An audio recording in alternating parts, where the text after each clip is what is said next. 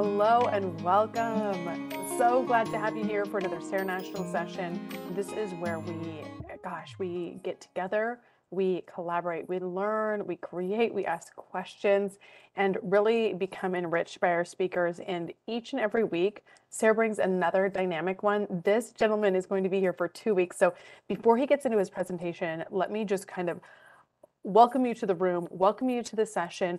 All right, let's talk about our speaker because today's topic is the entrepreneurial mindset.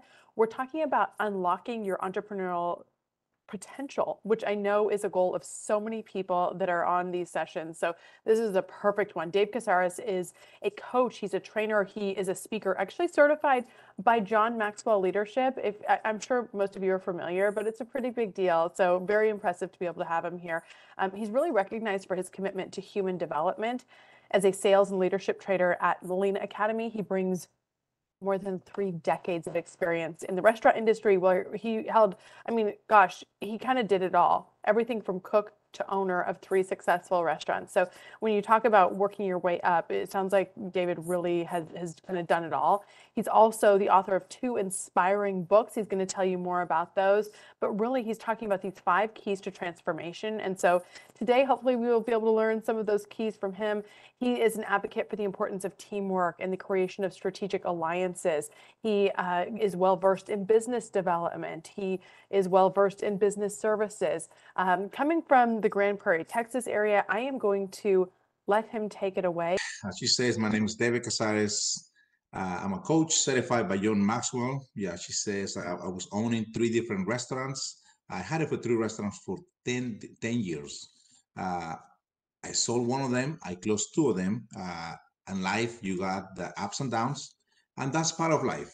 We have to overcome those mistakes and become better. And that's going to be one of the things that I'm going to teach in today, that I'm going to be talking about today, how we can have that entrepreneur mindset and become better, how we can do something that we want to do and we can challenge ourselves. On this particular seminar or this particular conference, I'm challenging myself to doing this conference in English. It's one of my few first conference in English, and I'm so excited to be doing it.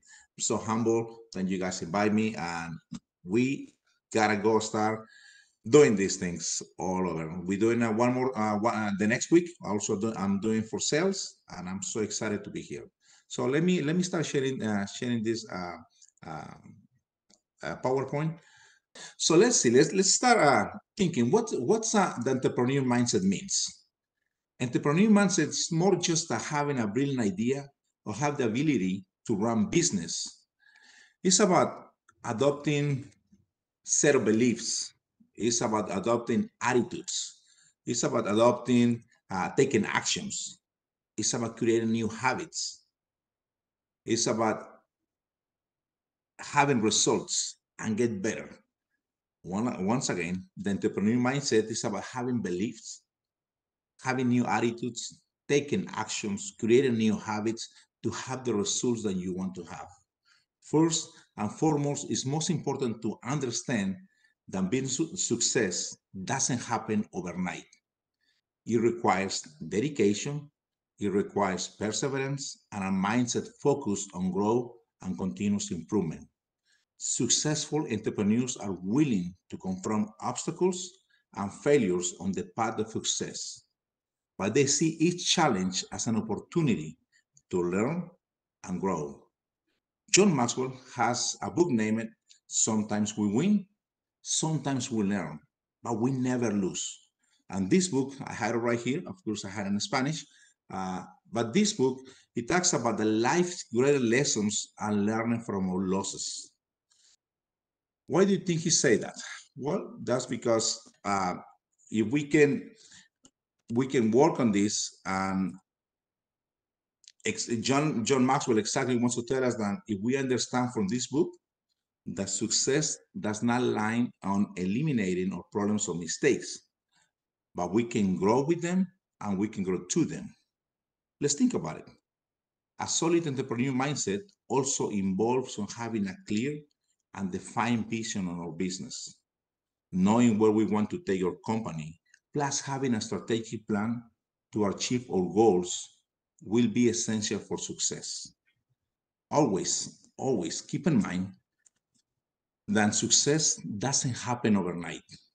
It takes time, and sometimes you have to take one step at a time. And let me tell you this, and your goal, if something is not working, you can change the plan, but never change the goal. This involves considering the long-term perspective and being willing to make tough decisions on the present. This will benefit you, your company, and will benefit your future. Furthermore, successful entrepreneurs are innovators and are willing to think outside the box. They are constantly seeking new opportunities, identify emerging trends, and adapting to a constantly changing business environment. So let me change this. But remember this. If you guys want to take notes, write it down. Whatever business you have, an important aspect of a business person is being capable to innovate and adapt, because this is key to stay relevant and competitive on an increasing Saturday and globalized market. So you have to stay relevant and competitive. Otherwise, you're just not going to make it. Let me ask you this: Who knows the history of Netflix? Does anyone? Have you ever heard about Netflix? Do you guys know how Netflix started? Well, Netflix started just because Fred Hastings, who was the creator, he got so much in fees from Blockbuster, and he tries to negotiate with one of the managers on the store, but he couldn't do it. So he decided to start his own subscription business of DVDs. Do you guys remember how Netflix started? Paying a subscription, getting DVDs for mail, and get all back at the time. Netflix now is one of the most popular, if it's not the most, streaming entertainment platforms. But his path needs to switch at a certain point. If you remember, Netflix started in 1997 with a mission to enable users to rent or purchase their DVDs. His initial business model was about a subscription based on it. With it, the user can rent as many DVDs, and it was nice. You can rent 6, 7, 8 DVDs with movies on a week. But then they start doing some changes. They gaining access to audiovisual content on a massive scale. In 2007, they decided to focus on streaming content, thus changing the way we access to audiovisual content now. Netflix is an example of how the digital transformation can shape the future of a company. Transitioning to a new digital format while maintaining his business model was the key for Netflix's success. Now, let's think about it. Another important aspect of the entrepreneur mindset is the ability to take calculated risks. The business world is a full of uncertainty, and they are not guarantees of success. However, successful entrepreneurs are those who are willing to take calculated risks and make bold decisions to pursue their goals. This doesn't mean blindly leaping into the unknown without a plan. Instead, carefully assessing both risks and rewards that being ready to make informed and strategic choices. Now let's think about it a different example. Who knows who was Laszlo Hanisek? That's a big example. 14 years ago, Laszlo Hanisek offered through a platform 10,000 bitcoins to anyone who can deliver him two pizzas. A kid, 19-year-old named Jeremy Sturdina, accepted the offer, and he sent the two pizzas. Now, these pizzas are being known as the most expensive pizzas in history, just because back then, the value of those bitcoins was the equivalent of $41. Today, the value of those 10,000 bitcoins is around $270 million. What do we learn from this? Well, Jeremy took the risk. was only $41 at the time, but it was his own money, and he won. He couldn't lose it. At that moment, not everybody knew what it was Bitcoins or how much going to have the value, but he took the risk, $41, to make now a really, really good money. Now let's have a new example. The last but not least, a solid entrepreneur mindset involves the ability to work hard and persevere despite challenges and setbacks. Just remember, the path to business success is filled with ups and downs. It happened to me. It happened to many people. But successful entrepreneurs are those who stay focused on their goals, maintain positive attitude, and are willing to do whatever it takes to achieve success. Keep in mind that in the business world, achieving success is just the first step, but maintaining the success over time is the real challenge. So now let me who Mark Cuban is? Do you guys know who Mark Cuban is? The former owner of the Dallas Mavericks. I hear Mark Cuban speaking on a conference, I can say about 18, 19 years ago. He was with Margaret Thatcher, Mikhail Gorbachev, George Bush, and two other people. And he mentioned something that he was fired from several jobs just because of his entrepreneurial mindset. What called my attention was that he mentioned a restaurant that I used to be work for, California Pizza Kitchen. And he said that on one occasion, or perhaps that was the last occasion, he was fired for closing a deal to sell computers outside the location during the working hours. Listen, he was supposed to open the store, but instead, his boss didn't give him permission to leave the store or not to show up to go and do the business, to go and left. So he left to go and do the deal, and he went to California Pizza Kitchen to set the deal and finish the business. When he returned to the store, what it was, he got fired. Even he got a check. He was fired just because he didn't obey the manager. But he got something in mind. He knew he couldn't do the sale. He knew it's going to be a benefit. On that moment, it was another setback for him. But he took that with resilience and used it to create his own company, leverage the experience, the contacts, and the knowledge that he had acquired. We got to remember this. You can take the bad experience as an opportunity to become better and learn from it. After that experience, he became a millionaire and a successful person. But he had to take the risk. He had to do something different. Now, let me tell you this. I want to share with you how we can explore some key points that you can make a difference between growing business that endures and thrives and the one who only start and collapse. From human talent management, experience management, and adapting to the digital age, we are going to discuss the fundamental pillars to keep our business on the top. I also want to let you know, when I share with this, that's my point of view. Based on my experience as a business owner, based on my experience as a business consultant. Every case is different, but there are always similarities between achieving desired success and a failure and facing failure. There are going to be some similarities. Now, if we can start thinking in order for us to develop a successful business while maintaining our mindset, it is necessary to understand various topics. And I want to share with you 5 points that could help you to establish a solid foundation in your business and at the same time work with your company in the winning mindset. Number one is going to be the corporate culture. The number two is going to be the customer service. The number three is going to be innovation. The number four is going to be the financial management. And the number five is going to be the human talent. Let's talk about the first one. Let's talk about establishing a strong corporate culture. We must learn to cultivate an entrepreneurial mindset that is solid because this is essential for the long-term success of any company.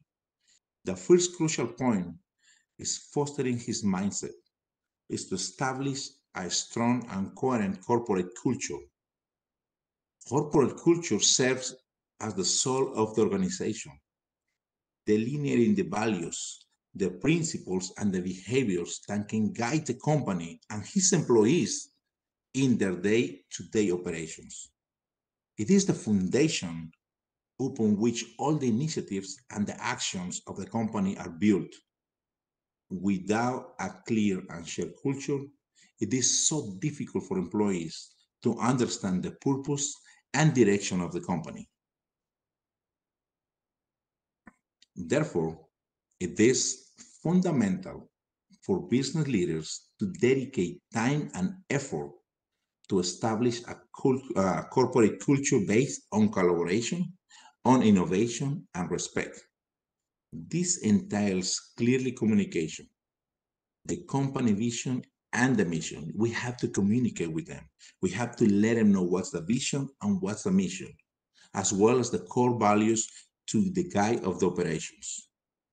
By fostering a culture of mutual support and shared commitment, leaders can inspire their teams to work towards common goals and the enthusiasm and dedication. One more time, listen. Leadership plays a crucial role in promoting a positive and motivating culture within the company. Leaders should serve as a role models, demonstrating their values and their behaviors they expect to see reflected through the organization. Additionally, they should be open to feedback and willing to adapt the corporate cultures as they need and challenge the market evolve. Once a solid corporate culture is established, the company is better prepared to face challenges and seize opportunities and arise.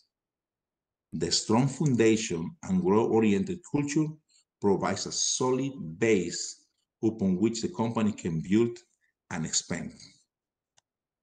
Remember, to establish a solid corporate culture, it is a crucial first step in developing an entrepreneurial mindset through the organization.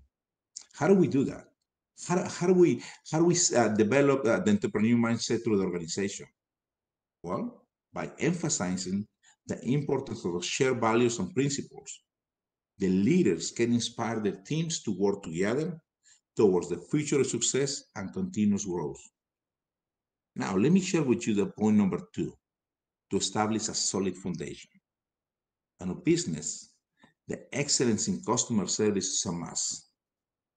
In this point about excellence in customer service, we must highlight the fundamental importance of surpassing customers' expectations and creating memorable experience that generate long-term loyalty and satisfaction.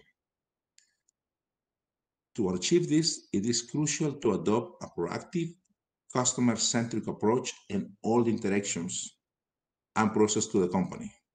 We must learn how effectively management customer complaints and feedbacks, because this is an integral part of the process.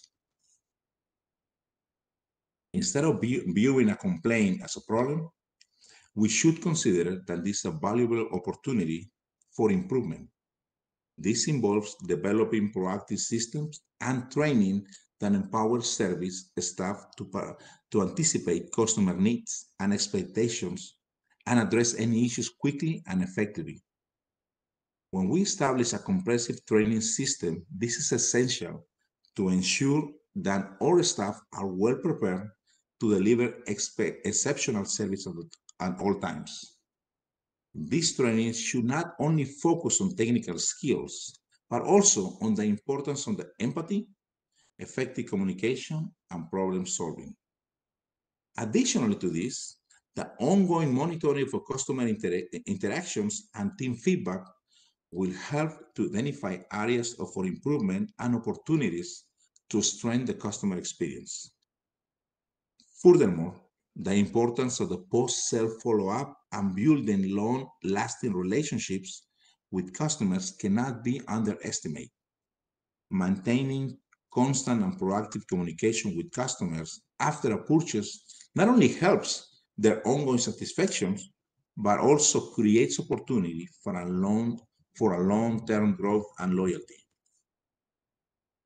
So now, I hope you guys are taking notes, and I hope you guys can ask me a few questions, and I can help you the best I can at the end. On a minute, once we finish, I'm gonna be answering some questions. But if you guys write it down, let me know. More than happy to help you then. Now let's keep moving for the number three key points that I have: the constant innovation. The third point of the entrepreneur mindset that I emphasize is the need for a constant innovation on all phases for the company. In a dynamic and ever-evolving business environment, it is crucial to adapt quickly to change and stay in the forefront of the latest trends and technologies. Continuous innovation is not limited to any particular sector of the industry, whether it's in restaurants, whether it's in retail stores, call centers, pharmacies, or any other customer interfacing business. There will always be a new opportunities and challenges to face. It is essential for companies to foster a culture of continuous improvement and creative thinking among their collaborations. This is gonna be entailing or creating a corporate culture that values the innovation and the experimentation. Leaders should encourage their teams to question the status quo, seek new solutions, and the purpose on innovative ideas that drive growth and excellence in all areas of the company. Innovation is not limited to products or service, but also extends to the process, to the business models, and the ways that we interact with the customers. By fostering a culture of constant innovation, companies can stay ahead on the latest market trends and the technologies. This enables to adapt quickly to change in customer preference, needs, and capitalize on new opportunities for difference themselves from the competition. Moreover, constant innovation can also lead to significant improvements in operational efficiency, product quality, and customer experience. By constantly seeking ways to optimize process and to offer innovative solutions. Customers, companies can also strengthen their position in the market and maintain their relevance in the long term. Now, let's go to the point number 4, the prudent finance management. The fourth critical point that I want to address is our entrepreneurial mindset is in the prudent financial management. In an increasing competitive and volatile business world, financial planning and efficient result management are crucial for the long-term success to any company. Prudent financial management involves understanding the importance of planning and analysis in the use of the company financial resources. This means dedicating time and effort to crafting growth projections and identify ways to reduce costs without compromising quality and efficiency over the price and over the quantity.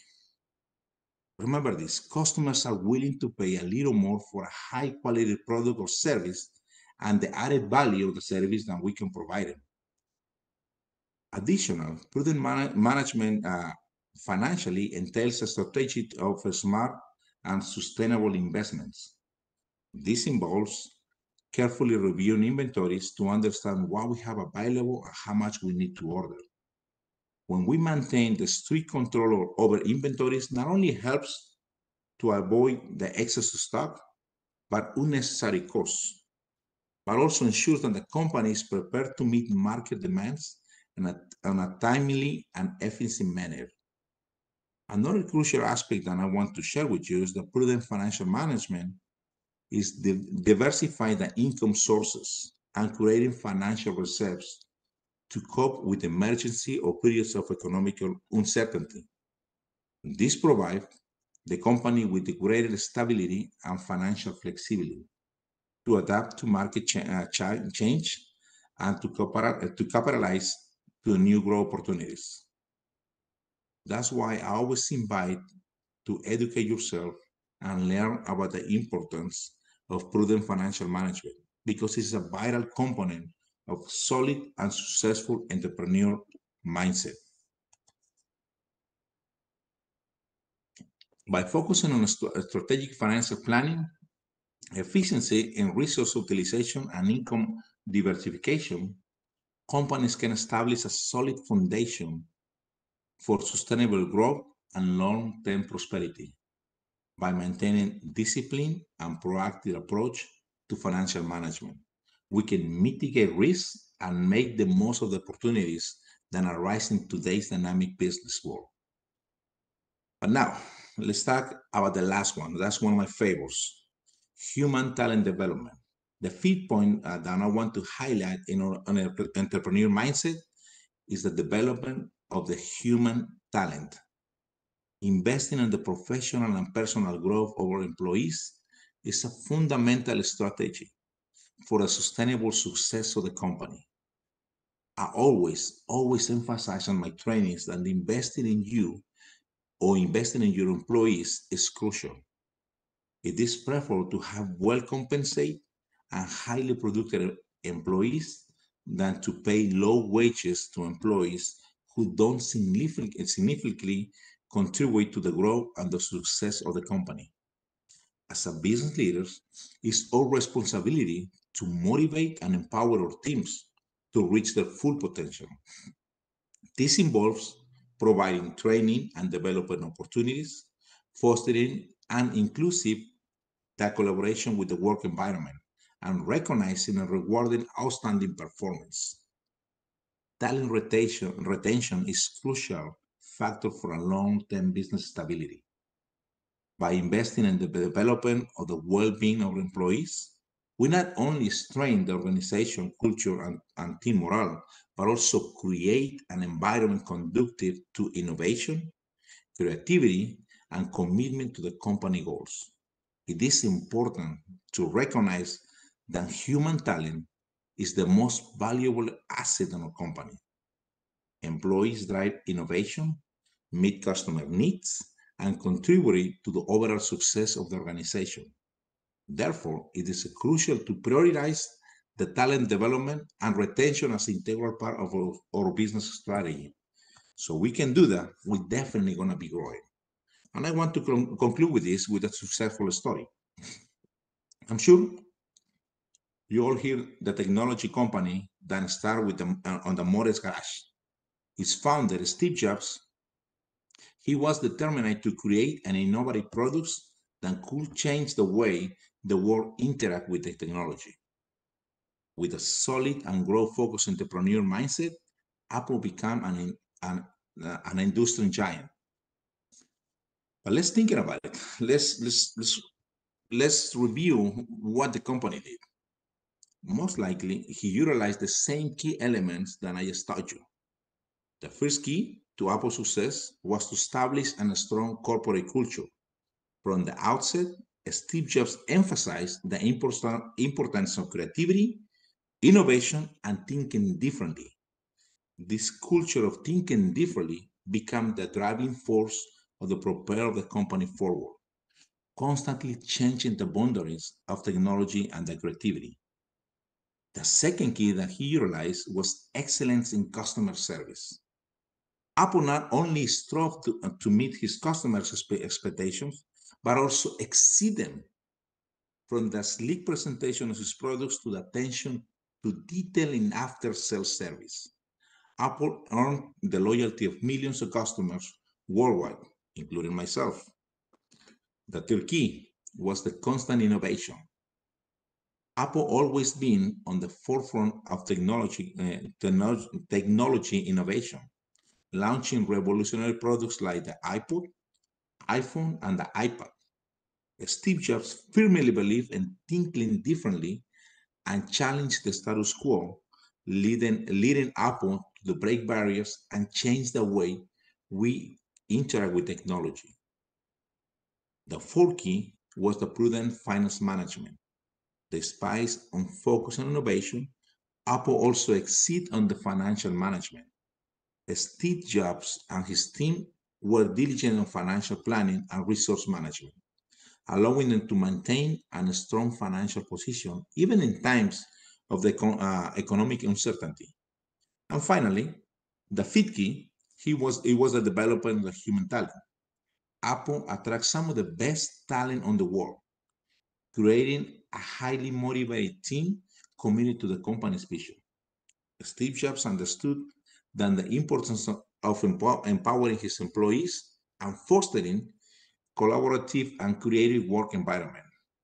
With these five key as a foundation, Apple became one of the most successful and admired companies in the world, demonstrating the powers of a solid, growth-focused entrepreneur mindset.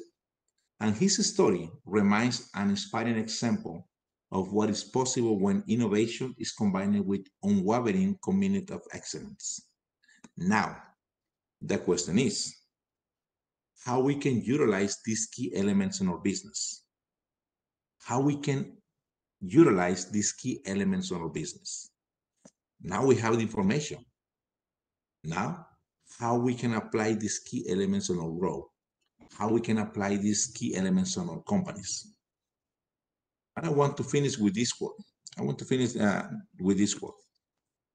The value of an idea lies in its use. That's from Thomas Alva Edison. The value of an idea lies in its use. At the end, I just want to take a moment to invite you to my next sales training that it will take place on Molina Academy starting next Thursday. Of course, this training, sales training, will be in Spanish. It's going to be the whole 8 weeks.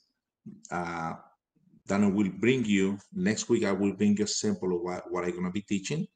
Then we're going to be learning how we can create a script on sales, how you can close more sales with the same leads and same customers, which is going to increase your rating on how you can close more sales. If you guys have any questions, you guys can either give me a call at 817-266-3595. And if you mention that you listen on these seminars, you will have a discount. So now, Jenny, thank you very much. Does anyone has a questions or? Great job, David. Thank you so much. That was amazing. And I have to also commend you. Did you say that was the first time you've done the presentation in English? Second, Yeah. that's my second time. Oh, that was incredible. I can imagine how challenging that was, but you couldn't even tell. So just kudos to you. You did a really, really solid job. I mean, it is different to speak English on the daily basis, but it is different to do a presentation, do a conference. That's what I'm saying. Exactly. And it's different terminology and everything. So yeah, you have to be thinking stuff, relating one thing to another, and it's gotta break the barriers. We have to take the challenge.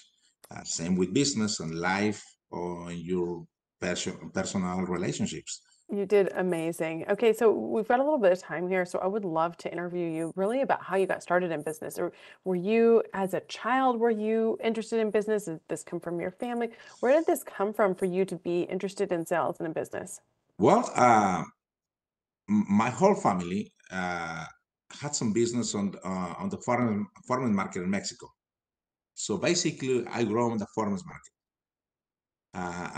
My mom told me when I was little that we were 7 brothers total, and I was the only one who born on the afternoon, who was delivered in the afternoon. Every single was delivered in the morning. And she says that was a Sunday, that I'm the only one out of the 7 who born was delivered on Sunday. She went to the farmers market to sell the fruits and the vegetables. About noon or 1 o'clock in the afternoon, she started having the pains, and she went to the hospital. And then 5 o'clock at that, I was born. The next week, a week later, I would just be coming to the farmers market as a baby on the carrier, and I see my whole family since I was growing selling fruits, vegetables, flowers, anything they can sell. So I can say probably at 6 years old, I was already in the farmers market with my plastic bags selling apples, peppers, and anything that they can send me to sell. So I think I was taught how I can deliver the message to the ladies and they can buy the stuff for me. So I was growing in the foreign market. When I came to America, I came when I was 16 years old, and I didn't have any family, didn't have any friends. Just came with random people. And the only job that I could get was selling ice creams on the streets. So I was one of those people that was pushing the paletero car on the streets and selling ice creams. And a lot of people didn't like to do that because they were afraid or whatever. But I was just already been trained, I can say, my whole entire life on selling. So then I become on the sales mindset. And then I start working in the restaurant business. Later on, I opened my own restaurants and start teaching all my employees how to do sales. When I closed the last restaurant, then I decided to start getting the personal development through John Maxwell for me to be better, for me to learn from that. But later on, I just stay here and I like it, and I can share that the stuff that I've been learning with more people. And sales, that's what I've been doing my whole life. I love that. I love hearing just kind of your backstory and how you got into it, and you came about it in a really genuine and authentic way from the time you were really, really little. So, I think some people can relate to that too. In terms of sales. Did you ever, when did you realize that what you were doing was sales? Because when you're itty bitty, you're just there in your carrier, right? Yeah. When did you realize, like, oh wow, this is a job and this is how I can earn income and this is how I can, make a better life for myself? Well, I remember when I was working in the restaurant business, I became a front of the house manager, and I was in charge of the service. And that restaurant, we got about 80 servers on the schedule. So I was teaching them how to do sales, how connecting to the people, how we can do that. And I thought, well, that's what they trained me. But most of the managers, they were like, you are good at doing that. So you stay as a service manager, you can teach them how to do sales. Then later on, when I was studying with John Maxwell Leadership, they have a specific line for sales training, which is Paul Martinelli, is the creator, is one of my mentors, is the creator of John Maxwell team. And he taught the mindset and he taught the sales. So one time I took a full seminar with him, a full training session, and then I like it. I say, well, all this stuff that he's teaching in this class, I already knew that one was a little, but I didn't know how to do professional. So now I learned the basics. I learned how to do that stuff professional. And I say, well, if I can teach this, it's really in Spanish, it's not a mentor who can teach sales here in Dallas Fort Worth. There are few in English, but they're not in Spanish. So I say, if I utilize this certification that I have, I can help people. So in Molina Academy with my friend Diego Molina, he invited me to join his academy. So I'm the one who teach sales, and I'm doing already the four generation on that class that we've been doing 4 times. We're gonna do the 5th time, and I've been seeing that my students, they been successful. They are doing better sales what they used to be. And whenever they have a really nice, successful story, they always call me, they always text me, hey, look what I did. I got this, I got that. So, and I like that. So at least I know that what I've been teaching, it works because it works for me. I've been utilizing on my own business. So it works for them. When we teach them, we just need to apply, and we need to repeat it and repeat it and repeat it again. What do you say to somebody who feels like their employees are, or maybe they're receiving feedback from their employees that their employees are burned out, that they are stressed out, burned out, overworked, feeling underpaid, and the business owner is thinking, well, I can't pay them anymore. What can that business owner do to help improve the culture? Well, what I always tell the business owner is if you don't invest in your employees, you're always going to have employees class B, people that they just willing to go and clock in, clock out, and produce whatever they can. And I say, you can invest in them and make them be employees class A or class A plus. You're gonna have to step back because they're gonna do whatever it takes to give you results. But in that moment, before that moment, you have to train them. You have to empower your employees. You have to give them all the tools that they need in order for them to do whatever. But also the most important thing, if you're gonna hire an employee with that qualifications, or you're gonna train them, give them the tools, let them do whatever they need to be doing. There's a lot of business owners, they just want to say, you're gonna do whatever I'm saying, and you cannot think out of the box. You have to just stay on the line. And sometimes, in order for us to grow, we have to be differently. We have to think differently. As example that was given with Apple, you have to do whatever it takes to make sure the customer is happy, you can meet their needs, or you can help them success with the needs that they have. Once you do that, customers gonna be happy with you, and they're gonna see the results. Right, exactly. And you're going to see the results. And that's true. Sometimes the employers do just have to invest. How does an employer motivate an employee that is class B, or do they get rid of them? Well, I was when I had my own restaurant, I was just thinking differently than I was managing restaurants. When you manage a restaurant, and that's not your money, just the numbers, sometimes you just can fire people right in the spot. That's not a problem. It's not your money. But whenever you own your business and you know that every employee costs you money, costs you time, and train an employee, example, I train an employee in the restaurant, it costs you about two to $3,000 for a full training, because you have to pay the employee and you have to pay the trainer, plus the timing, plus the mistakes. So as a business owner, you start thinking, how can I got this guy that is class B. I gotta figure out, the first thing is how I can get close to him, find out what the issues, figure out the way he needs to be trained. Some people they can just learn that way, learn the books, or sometimes are visual people, and they have to see the stuff in order for them to learn. So once the business owner understand that they have to motivate and find out what's the needs of the employee, that's when the employee gonna start being proactive and get better. I love it. Now, I want to transition a little bit to talk about your books that you have written. How did you get into that process? What was the book writing process like? Did you work with somebody? Did you do it on your own? Did you write it in the morning? Did you write it at night? I've got all kinds of questions.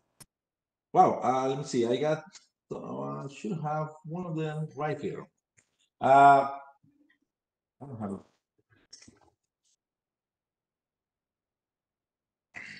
it right here. The second one. Well, the first book, I had a mentor that he told me that I have a great history on my life that I can tell people. So I would just basically write it down, put in everything on my story.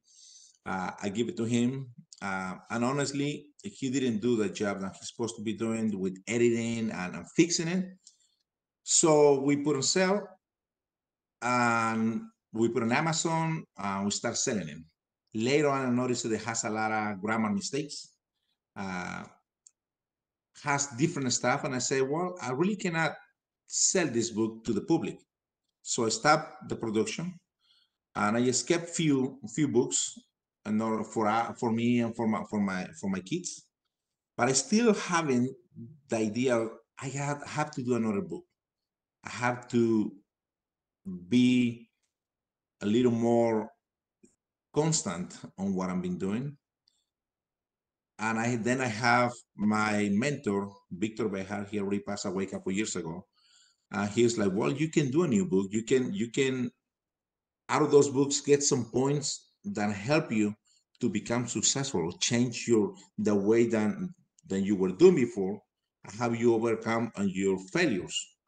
So I said, well, with his help, I start thinking what was the points or what was the key that it helped me to overcome all my failures.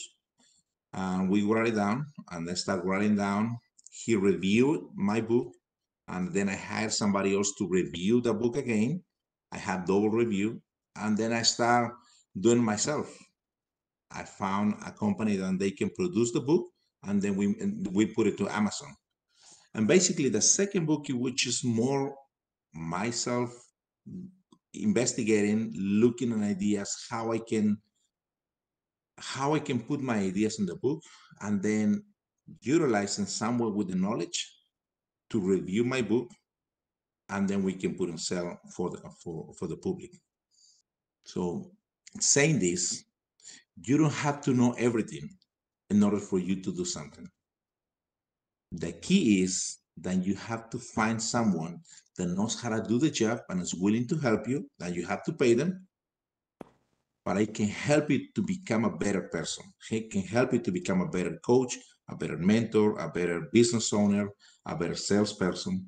But you have to be trained for someone who wants to willing to share the knowledge, and you have to be open to the new ideas to become the best version of yourself.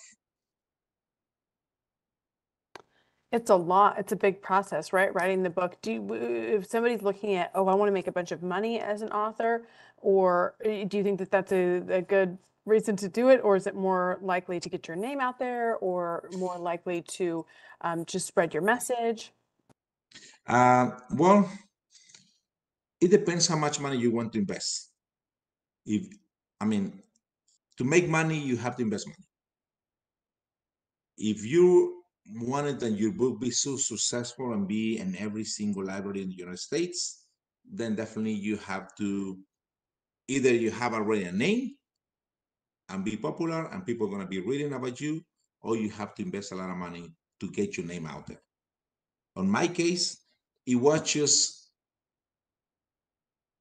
giving to the people that I know something that it can help me to transform my life for one dark moment that I have to a better person. Uh, and I say, how much gonna cost me? I say, that's the matter. I just want to put my name on it. With this book, my philosophy is if I can help at least one person to become better, I'm done. But I know for a fact that I've been helping several different people with the knowledge that I put right here. How did you find the time to do the book? Whew.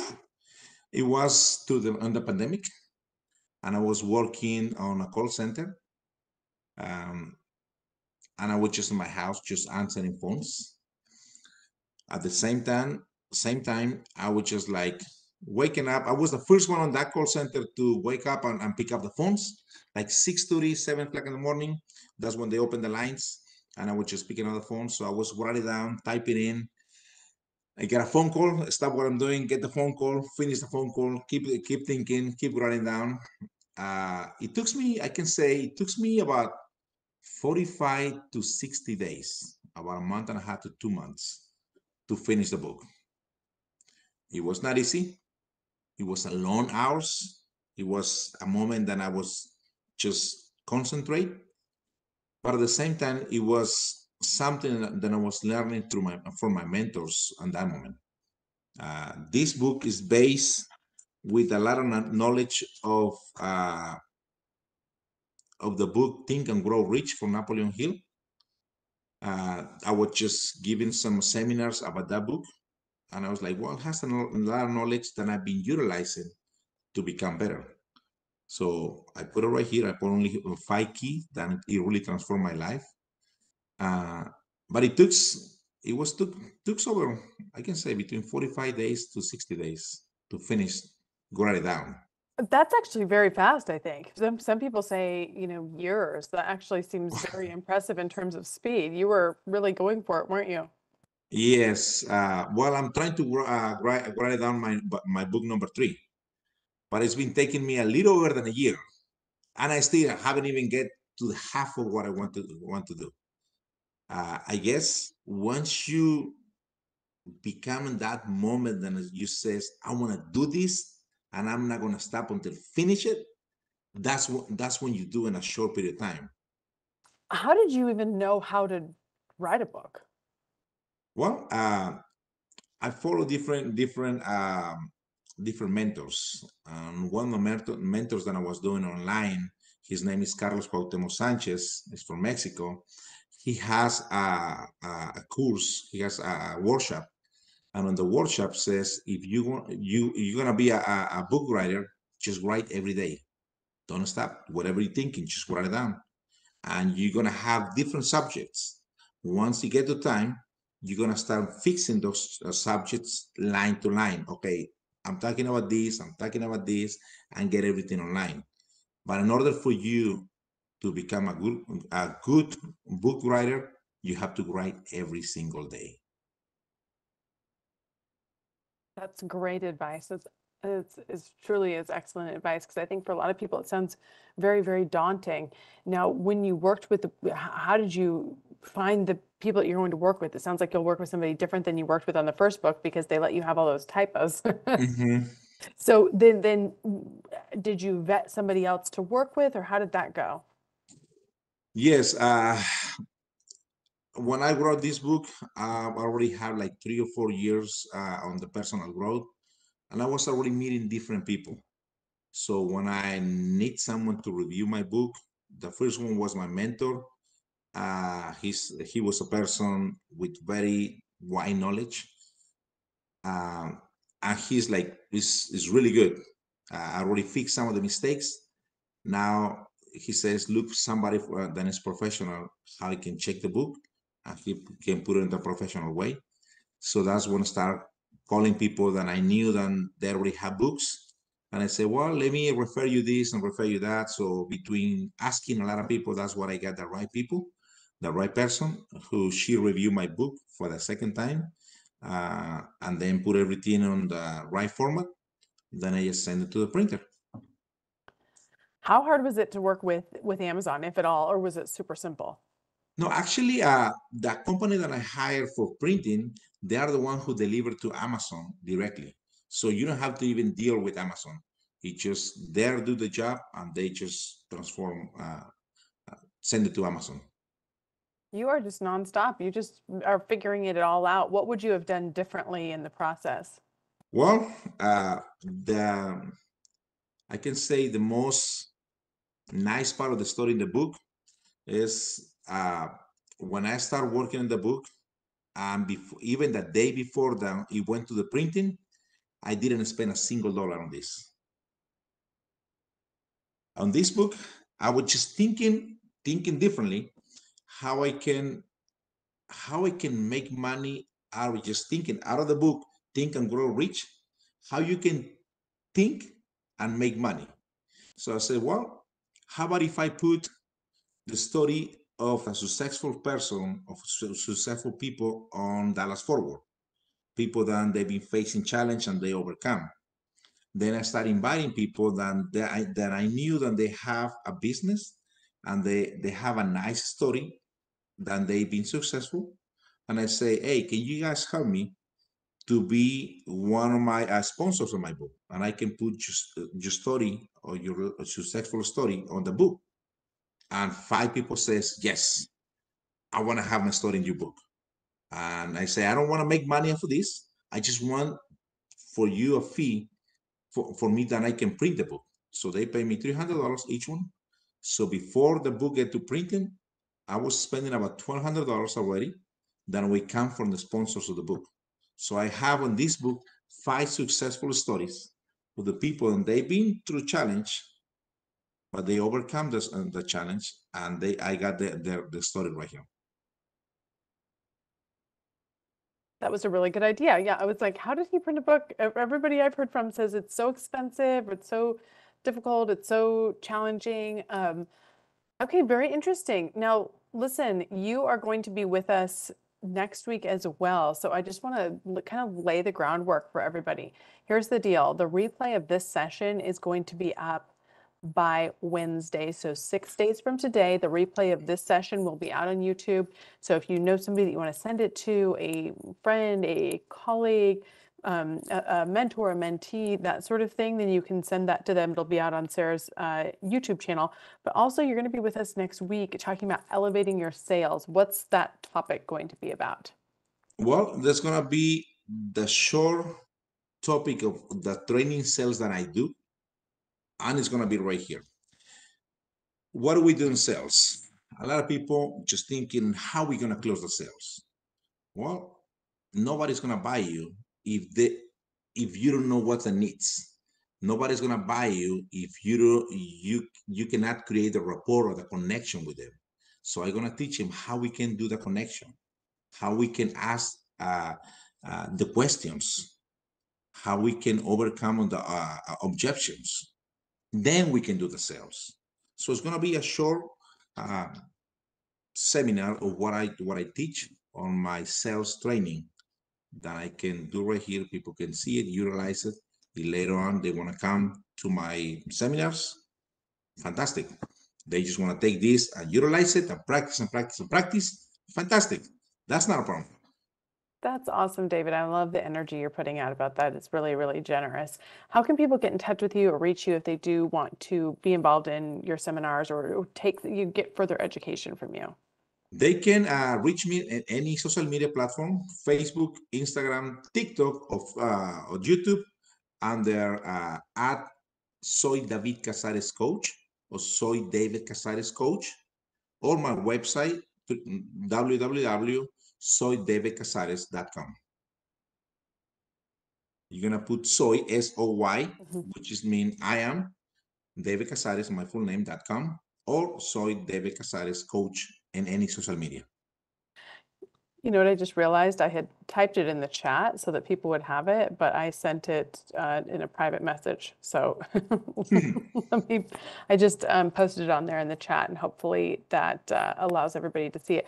Okay, you went and locked down every single social media. You went and got everything. The YouTube, the TikTok, Even LinkedIn, all the five.